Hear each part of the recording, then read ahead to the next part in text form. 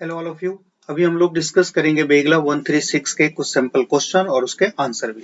देखो first question लिया है मैंने, इसमें कॉलम ए और कॉलम बी को मैच करना होता है। कॉलम ए के अंदर बहुत सारे वर्ड्स दे रखे होते हैं और कॉलम बी में इसका डिस्क्रिप्शंस दिया होता है और आपको बेस्ट डिस्क्रिप्शन मैच करना होता है, यानी पर्टिकुलर वर्ड्स का क्या मैच होगा कॉलम बी के साथ, ये आपको मैच करना होता है। कभी कभी ऐसा भी हो सकता है कि कॉलम ए के अंदर डिस्क्रिप्शन दे रखा होता है और कॉलम बी में आपके इसके वर्ड्स दे रखे होते हैं। बिल्कुल सिमिलर कॉन्सेप्ट है। आपको फोकस क्या करना है कि इसमें जितने भी वर्ड्स दे रखे होते हैं इसका मीनिंग आपको पता होना चाहिए और इसका यूजेस क्या है ये आपको पता होना चाहिए, तभी आप ऐसे क्वेश्चन को अटेम्प्ट कर सकते हो।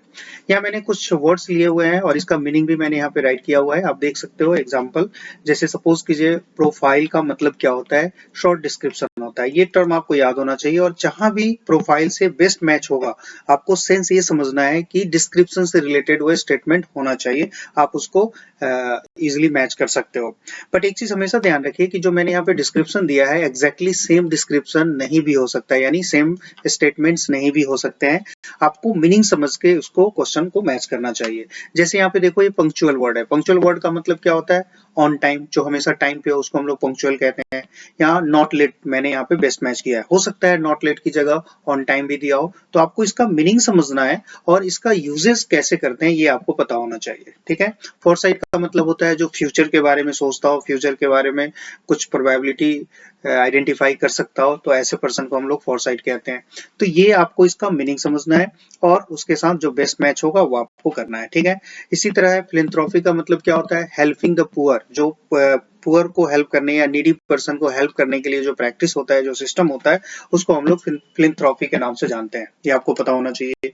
स्टैटिक का मतलब है नॉट मूविंग और चेंजिंग। यहाँ पे मैंने राइट कर दिया नॉट मूविंग, हो सकता है इसके बदले कोई दूसरा वर्ड भी हो। स्टैटिक का मतलब होता है फिक्स्ड, जैसे फिक्स्ड हो तो यहाँ पे इसके बदले फिक्स्ड वर्ड भी हो सकता है। नॉट मूविंग, नॉट चेंजेबल ऐसे भी आ सकते हैं। तो ये आपको सेंस समझना पड़ेगा कि स्टैटिक का क्या मीनिंग है और किस केसेस में इसका यूज होता है, तो उसके साथ जो बेस्ट मैच है वो आप कर सकते हो। ठीक है। यहाँ देखो मैंने बहुत सारे वर्ड्स लिया हुआ है, आपके इग्नू के बुक से और प्रीवियस ईयर के क्वेश्चन पेपर से लिया हुआ है। आप और भी ऐसे वर्ड्स का कलेक्शन कर सकते हो इग्नू के बुक से या प्रीवियस ईयर के क्वेश्चन पेपर से, और उसका मीनिंग आपको समझना है और साथ साथ ये भी समझना है कि इसका यूज कैसे करते हैं। यदि ये दो चीज समझ लेते हो तो आप इजिली ऐसे क्वेश्चन अटेम्प्ट कर सकते हो।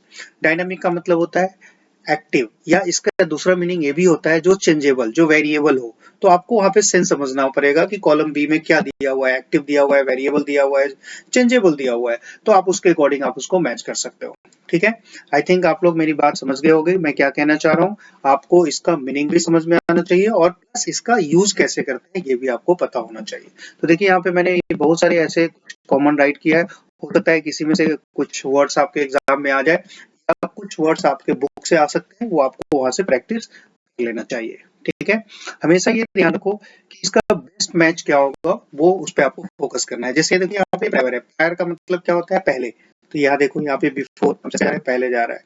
इनिशियलाइजेशन का मतलब क्या होता है, स्टार्टिंग, यानी जब भी कोई टास्क हम लोग स्टार्ट करते हैं तो इनिशियल फेज यानी सबसे पहले वो स्टार्टअप होता है। तो इस तरह से आपको ये समझ। देखो एक इस तरह के भी क्वेश्चन आपके एग्जाम में आते हैं जहाँ पे कुछ वर्ड्स दिया होता है और आपको उसका सेंटेंस में इंप्लीमेंट करके आपको बताना पड़ता है, यानी आपको एक स्टेटमेंट लिखना होता है, एक सेंटेंस आपको राइट करना होता है जिसमें इस वर्ड का इंप्लीमेंटेशन किया गया हो यानी यूज किया गया हो। राइट। बट ये चीज आप हमेशा ध्यान रखिए कि इसमें जो भी सेंटेंसेस आप बनाओगे वो ग्रामेटिकली करेक्ट होना चाहिए। यदि ग्रामेटिकली करेक्ट नहीं होगा तो आपको मार्क्स नहीं मिलेंगे। ऐसे 5 वर्ड्स दे रखे होते हैं और एक वर्ड्स के लिए आपको 2 मार्क्स मिलते हैं। राइट। यहाँ मैंने कुछ कॉमन वर्ड्स लिए हुए हैं और आप इसको मैं इंप्लीमेंट करके बताऊंगा। जैसे देखो ये इंप्लीमेंट वर्ड ही है, इंप्लीमेंट वर्ड है, इसका यूज क्या है देखो। मैंने यहाँ पे सिंपल सेंटेंस बनाया, I plan to implement a new policy in order to achieve the गोल।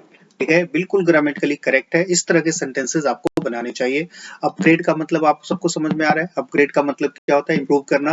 देखो you need to upgrade your skills to meet the requirements, जो रिक्वायरमेंट है उसको उसके अकॉर्डिंग आपके स्किल्स को अपग्रेड करना पड़ेगा। एप्टीट्यूड का मतलब क्या है, she has a good aptitude for mathematics. Assertive, she is very assertive in work place. Feedback, I send feedback to manager. Assess, assess का मतलब असेसमेंट से है।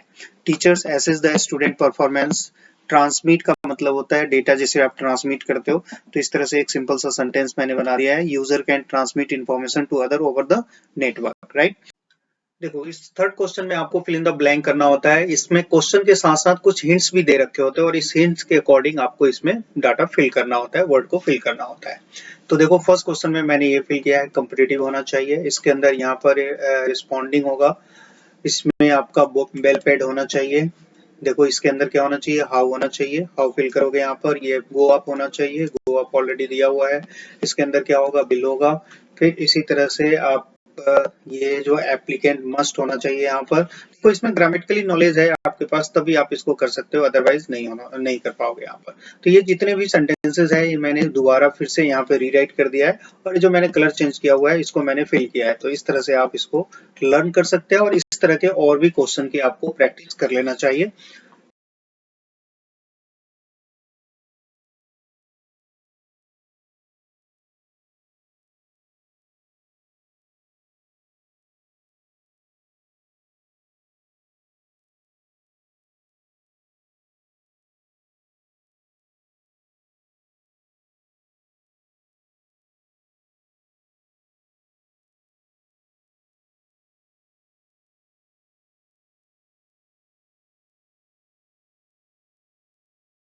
इस क्वेश्चन में आपको शॉर्ट नोट्स राइट करने होते हैं। यहाँ पे मैंने कुछ इंपॉर्टेंट टॉपिक लिया हुआ है, ये प्रीवियस ईयर के क्वेश्चन पेपर से मैंने ये लिया हुआ है और इसका मैंने आंसर भी यहाँ पे राइट कर दिया है। मैं लाइन बाय लाइन नहीं समझाऊंगा बट इसका मीनिंग मैं आपको बता देता हूँ।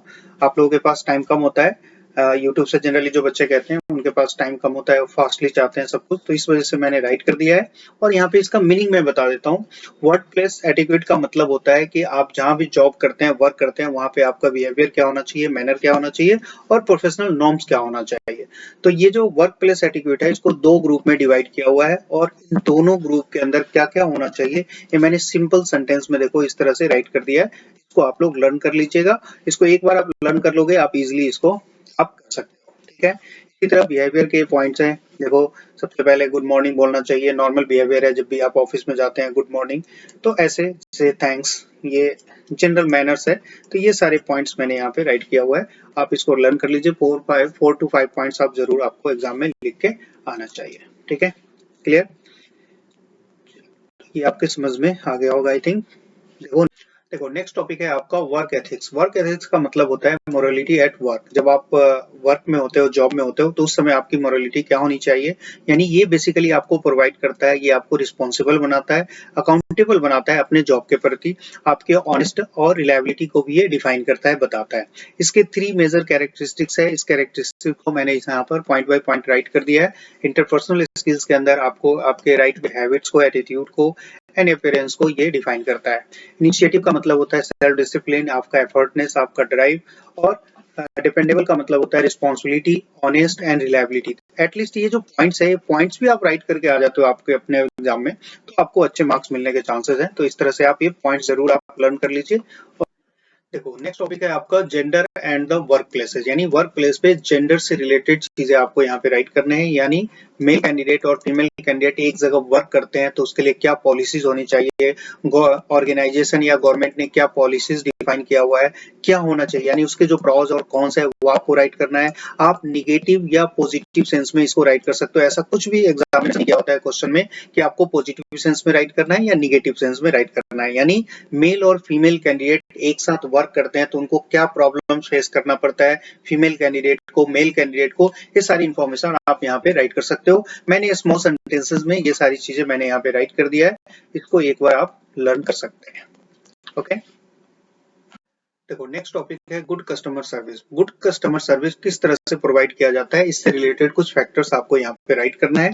जैसे मैंने यहाँ पे पॉइंट आउट कर दिया है, आंसर कस्टमर फोन का आंसर करना चाहिए, उनके साथ फॉल्स प्रॉमिस नहीं करना चाहिए, उनको केयरफुली लिसन करना चाहिए, उनके कंप्लेन को इजिली सॉल्व करना चाहिए और टाइम से सॉल्व करना चाहिए, हमेशा उनको हेल्प करना चाहिए। ऐसे बहुत सारे पॉइंट्स हैं, ये आप राइट कर सकते हैं। नेक्स्ट टॉपिक है स्टेजेस इन प्रेजेंटेशन। जब भी आप प्रेजेंटेशन प्रिपेयर करते हो तो उसमें क्या क्या स्टेजेस होने चाहिए, कितने स्टेजेस होते हैं, इसके बारे में आपको राइट करना है। तो देखो इसको ब्रॉडली हमने 3 स्टेज में इसको आप डिवाइड कर सकते हो। सबसे पहले बिगिनिंग स्टेज होता है जहाँ पे आप सैल्यूटेशन करते हो, आप ग्रीटिंग करते हो आप ऑडियंस को, जैसे आप गुड मॉर्निंग बोलते हो, welcome to this session, whatever, ऐसे कुछ सेंटेंसेस हम लोग यूज करते हैं, ये मैंने यहाँ पे राइट कर दिया है। नेक्स्ट पार्ट है इसका, यानी नेक्स्ट फेज होता है, स्टेज होता है इसका बॉडी ऑफ प्रेजेंटेशन। यानी इसमें आपको डिफाइन करना होता है मेन टॉपिक, यानी जिस टॉपिक के ऊपर आपने प्रेजेंटेशन आपने तैयार किया है उससे रिलेटेड चीज आपको यहाँ पे बताना होता है, उसके पॉजिटिव, उसके नेगेटिव, उसके एग्जाम्पल भी आपको यहाँ पे एक्सप्लेन करना होता है। और जिसका थर्ड स्टेज होता है ये होता है कंक्लूजन, यानी जब आप प्रेजेंटेशन कंप्लीट कर लेते हो तो लास्ट में बाइंड अप करते समय आपको इसको समराइज करना होता है। समराइज इसलिए करते हैं कि जो ऑडियंस है वो आपके लास्ट वाले सेंटेंस को मेमोराइज कर लेते हैं और याद रखते हैं, इसीलिए कंक्लूजन यानी बाइंड अप करते समय आपको कंक्लूजन करना होता है, यानी ओवरऑल आपको समराइज करना होता है अपने प्रेजेंटेशन का। ठीक है। नेक्स्ट टॉपिक है creative approach to job seeking, यानी जॉब सर्च करने के लिए क्या क्या अप्रोच हम लोग यूज कर सकते हैं, इसके बारे में आपको राइट डाउन करना है। यहाँ पे मैंने कुछ ट्रेडिशनल अप्रोच राइट डाउन कर दिया है, इसको भी आप लोग कंसीडर कर सकते हो, या आप चाहो तो लेटेस्ट टेक्नोलॉजी यानी जो लेटेस्ट मेथड है जॉब सर्च करने का, लेटेस्ट टेक्निक है, उससे रिलेटेड चीजें भी आप यहाँ पे राइट डाउन कर सकते हो। ठीक है। नेक्स्ट टॉपिक है portfolio and resume. Resume basically एक समराइज इंफॉर्मेशन होता है आपके वर्क एक्सपीरियंस का, आपके एजुकेशन का, क्वालिफिकेशन का, एक्टिविटीज का, इससे रिलेटेड वो समराइज डिटेल वहां पर रिज्यूम के अंदर मेंशन होता है। जब जॉब के लिए आप जाते हो तो सबसे पहले आप फर्स्ट डॉक्यूमेंट वही होता है, रिज्यूम होता है, जिसको आप प्रोड्यूस करते हो। और जो पोर्टफोलियो होता है उस पोर्टफोलियो में उस वर्क एक्सपीरियंस का, एजुकेशन का जो आपने बायोडाटा में मेंशन किया हुआ है, रिज्यूम में मेंशन किया हुआ है, उससे रिलेटेड डॉक्यूमेंट्स पोर्टफोलियो में अटैच किया जाता है। यानी पोर्टफोलियो एक तरह से प्रूफ होता है आपके वर्क एक्सपीरियंस का, आपके क्वालिफिकेशन का, आपके स्किल्स का। तो ये मैंने यहाँ पर ये सारी चीजें ये राइट कर दिया है टेबुलर फॉर्मेट में, इसको भी आप इजिली लर्न कर सकते हो और ये इंपॉर्टेंट क्वेश्चन हो सकता है आपके एग्जाम के लिए। ठीक है। इस क्वेश्चन में आपको सीवी प्रिपेयर करना है जिसके अंदर ये सारी इन्फॉर्मेशन होना चाहिए, एजुकेशनल क्वालिफिकेशन, प्रोफेशनल क्वालिफिकेशन।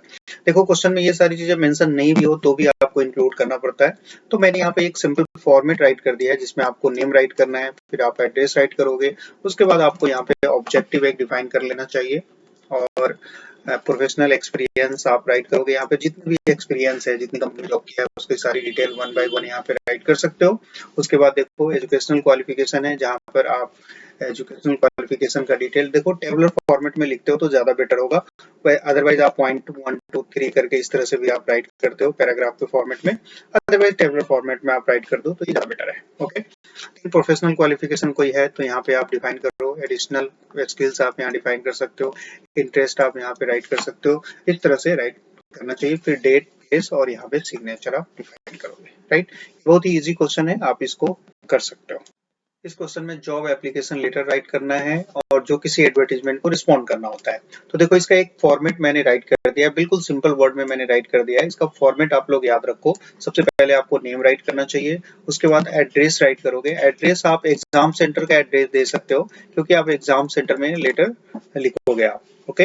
उसके बाद यहाँ पर डेट, जिस दिन एग्जाम होगा वही डेट आपको डालना है। उसके बाद यहाँ पर देखो कई बार क्वेश्चन में कंपनी का नेम दे रखा होता है, नहीं दिया हुआ है तो आप यहाँ पे कोई भी एग्जांपल ले सकते हो, और जनरली जॉब के लिए एचआर मैनेजर को लिखते हैं, इस वजह से मैंने एचआर मैनेजर यहाँ पे राइट किया है। एक कंपनी का नेम और एड्रेस यहाँ पे आप राइट कर सकते हो।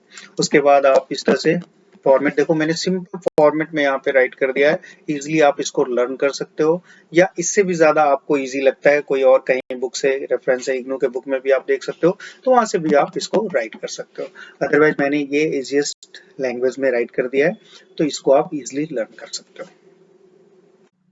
देखो इस क्वेश्चन में कहा गया है कि आप हेड हो किसी लोकल ब्रांच का और आपको किसी न्यू पर्सन का, यानी जो न्यू पर्सन है जो आपकी कंपनी ज्वाइन करने जा रहा है उसको इंट्रोड्यूस करवाना है बाकी अदर एम्प्लॉय से, तो आप इसको कैसे इंट्रोड्यूस करवाओगे, यहाँ पे एक सिंपल आपको राइट करके बताना है। राइट। तो देखो मैंने इस तरह से राइट कर दिया है, गुड मॉर्निंग एवरीवन, यानी आप सबसे पहले जितने एम्प्लॉय है उसको आपने गुड मॉर्निंग बोला और उसको अटेंशन आपने लिया, और उन ए कुमार, मिस्टर ए कुमार कोई एक पर्सन है जो ज्वाइन करने जा रहा है, उसके बारे में सबसे पहले आपने सभी एम्प्लॉय को बता दिया। ओके। उसके बाद लास्ट पैराग्राफ में फिर हमने अटेंशन किया है मिस्टर कुमार को, और मिस्टर कुमार को हमने वेलकम किया है। देखो मैंने यहाँ पे बिल्कुल इसको शॉर्ट में मैंने राइट कर दिया है, इसको और ज्यादा एक्सपेंड कर सकते हो, जितनी आपकी सेंटेंस बनाने की कैपेसिटी हो उसके अकॉर्डिंग और ज्यादा इसको एलोबरेट कर सकते हो। मैंने जस्ट यहाँ पे एक सिंपल फॉर्मेट आपको दिया है जिससे कि आपको आइडिया मिल जाए किस तरह से राइट करना। देखो इस क्वेश्चन में ये कहा गया है कि आप किसी इंटरव्यू को अटेंड करने जा रहे हो, वो बिजनेस डेवलपमेंट एग्जीक्यूटिव पोस्ट के लिए है। तो इससे रिलेटेड क्या क्वेश्चन आपको पूछा जा सकता है इंटरव्यू में, वो क्वेश्चन और उसके आंसर यहाँ पर राइट करना है। तो मैंने कुछ सिंपल क्वेश्चन यहाँ पे राइट कर दिया है, जैसे टेल अस अबाउट योरसेल्फ, और इसका आंसर क्या हो सकता है ये भी मैंने यहाँ पर राइट कर दिया है। तो याद रहे कि जब भी आप क्वेश्चन यहाँ पे राइट करोगे तो जो यहाँ पे जॉब दिया हुआ है इससे रिलेटेड होना चाहिए। आप कुछ भी राइट नहीं कर दोगे, कुछ भी क्वेश्चन आंसर राइट करके आप आओगे तो इसके मार्क्स नहीं मिलेंगे। तो याद रखिए मैंने यहाँ पे कुछ सिंपल क्वेश्चन राइट किया है, इसके अलावा और भी कोई पॉसिबिलिटीज हो सकता है कोई क्वेश्चन, तो आप ले सकते हो कोई भी क्वेश्चन यहाँ पे आप लर्न कीजिए और उसका आंसर भी। और एक चीज ये ध्यान रखना है कि इसके क्वेश्चन और आंसर राइट करते समय ग्रामर का आपको बहुत ज्यादा ध्यान रखना है। ऐसा नहीं कि आप कुछ भी लिख दोगे और इस सब्जेक्ट में आपको मार्क्स मिल जाएगा, यानी ग्रामेटिकली ये करेक्ट होगा सेंटेंस तभी आपको मार्क्स मिलेगा। इसलिए आपको ये इजिली मार्किंग इसमें किया जाता है कि आपको 10 क्वेश्चन अपनी तरफ से लिखना है और उसका आंसर भी आपको खुद देना है। तो इसका मेन पर्पस यही होता है पूछने का कि आप ग्रामेटिकली सही लिख पा रहे हो या नहीं लिख पा रहे हो। तो आपको ग्रामर का जरूर ध्यान रखना है सेंटेंस। देखो इस क्वेश्चन में भी आपको 10 क्वेश्चन प्रिपेयर करना है, यानी इसमें आप इंटरव्यू ले रहे हो किसी कैंडिडेट का जो मैनेजर पोस्ट के लिए उसने अप्लाई किया है, यानी मैनेजर पोस्ट के लिए आप इंटरव्यू ले रहे हो। तो आप क्या क्या क्वेश्चन पूछ सकते हो, ये सिर्फ यहाँ पे क्वेश्चन तैयार करना है, इसका आंसर इसमें राइट नहीं करना है। तो ये तो और ज्यादा ईजी है, आप इजिली ऐसे क्वेश्चन आप तैयार कर सकते हो। यहाँ पे मैंने सिंपल क्वेश्चन लिया है, इसके अलावा और भी आपको लगता है, बट याद रहे जो टॉपिक दिया हुआ है यानी जो पोस्ट के लिए आप इंटरव्यू ले रहे हो उससे रिलेटेड ही क्वेश्चन होना चाहिए। ठीक है, देखो इस क्वेश्चन में आपको एक प्रेजेंटेशन प्रिपेयर करना है। यहाँ पे एक टॉपिक दिया होगा और इस टॉपिक के ऊपर आपको प्रेजेंटेशन राइट करके बताना है। ये चीज हमेशा ध्यान रखिए कि यहाँ पे क्वेश्चन में मेंशन है आउटलाइन, यानी वो प्रेजेंटेशन कैसे डेवलप करोगे, उसमें क्या क्या टर्म्स आप इंक्लूड करने जा रहे हो, उससे रिलेटेड इंफॉर्मेशन यहाँ पे आपको राइट करना है। इस टॉपिक के बारे में आपको डिटेल्स राइट नहीं करना है। कई बार हम लोग क्या करते हैं कि जो टॉपिक दिया हुआ है इसी के बारे में आप पैराग्राफ लिख के आ जाते हो, आप एक पैराग्राफ लिख देते हो और आप सोचते हो आपको मार्क्स मिल जाएगा। तो ऐसा बिल्कुल नहीं करना है। इसमें क्लियरली मेंशन है कि आपको आउटलाइन राइट करना है, प्रेजेंटेशन कैसे तैयार करोगे, उसमें क्या क्या टर्म्स आप इंक्लूड करोगे, उससे रिलेटेड इंफॉर्मेशन यहाँ पे होना चाहिए। जैसे आप लोगों ने पावर पॉइंट में भी आपने प्रेजेंटेशन बनाया होगा जिसमें हम लोग स्लाइड बनाते हैं, उस स्लाइड में हम लोग हेडिंग सब हेडिंग हम इंक्लूड करते हैं, इसी तरह यहाँ भी आपको प्रेजेंटेशन बना के ये दिखाना है। तो देखो यहाँ पे फर्स्ट स्लाइड मैंने लिया है और इसमें टाइटल मेंशन किया और इसके अंदर क्या क्या सब हेडिंग्स होंगे वो भी मैंने यहाँ पे इंक्लूड कर दिया है। यहाँ पे जिसने डिजाइन किया उसका नेम राइट करना है, डेट राइट करना है और यहाँ पर जो टॉपिक है आपका वो आपको राइट करना है। ओके, देन नेक्स्ट स्लाइड में क्या होगा, इंट्रोडक्शन मैंने लिया है और इसमें क्या सब हेडिंग्स होंगे ये भी मैंने यहाँ पर डिफाइन कर दिया है। थर्ड पॉइंट में बेनिफिट्स मैंने लिया है, इसके सब हेडिंग्स है। फोर्थ पॉइंट में चैलेंजेस लिया है, इससे रिलेटेड क्या क्या चैलेंजेस हो सकता है उसको मैंने इंक्लूड किया है।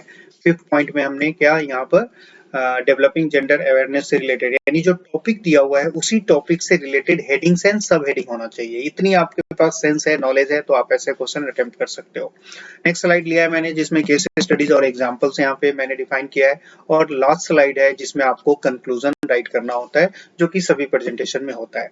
तो एटलीस्ट 6 to 7 स्लाइड आप जरूर इंक्लूड करोगे, यानी 5 से कम तो नहीं होना चाहिए, हमेशा ध्यान रखिए, तो आपका वो बेस्ट प्रेजेंटेशन माना जाएगा। तो इसमें ये ध्यान रखना है कि जो भी टॉपिक आप इंक्लूड कर रहे हो इससे रिलेटेड डिस्क्रिप्शन आपको नहीं देना है, सिर्फ आपको सिर्फ ये जज करना है कि उस स्लाइड का हेडिंग क्या होगा और उसका सब हेडिंग क्या होगा, इस चीज पे आपको ज्यादा फोकस करना है। तो आई थिंक ये भी क्वेश्चन आप इजीली कर सकते हो, आपको थोड़ा सा फोकस करना है क्योंकि देखो 2-3 स्लाइड तो बिल्कुल कॉमन है, इंट्रोडक्शन लिखना है, बेनिफिट होगा, मेरिट होगा, डिमेरिट होगा और टाइटल होगा, तो 4-5 स्लाइड तो ऐसे ही बन जाते हैं। तो एटलीस्ट आप जरूर ध्यान रखिए एग्जाम में एटलीस्ट आप 6 to 7 स्लाइड जरूर बनाना चाहिए, तो आपको